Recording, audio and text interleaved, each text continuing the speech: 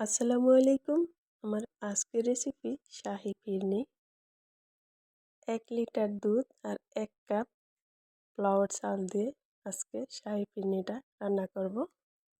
প্রথমে আমি ১ কাপ চাল নিয়ে নিলাম। এটাকে ধুয়ে পরিষ্কার করে তারপর একটা প্যানে বসিয়ে দিলাম। ১ কাপ চালের জন্য ৫ কাপ পানি দিয়ে দিব আমি। এখানে নিয়েছি কিছু কিশমিশ, বাদাম আর কিছু আস্ত মশলা। তো এইখানে নিয়েছি আমি ১ লিটার দুধ। এর মধ্যে এখন আমি হাফ কাপ দিয়ে দিব পাউডার দুধ।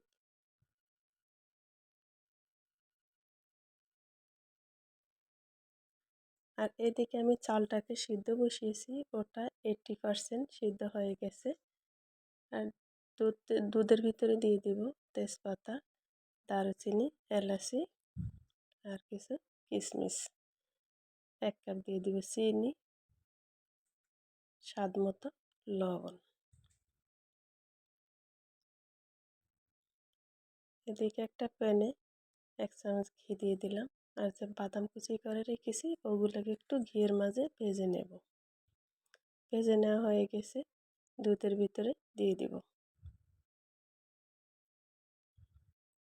দিয়ে এখন জাল করে নিতে হবে।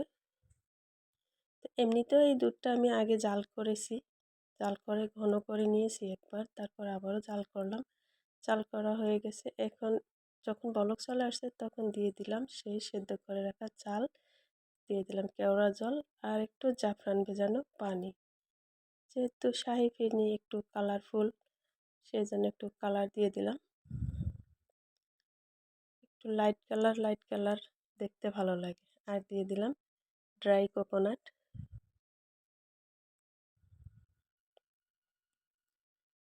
আপনারা চাইলে এখানে ফ্রেশ নারিকেলটাও দিতে পারেন। তো এই তো আমার ফিরনি রান্না শেষ।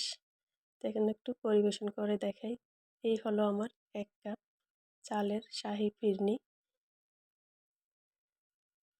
কেমন লাগলো কমেন্টে জানাবেন।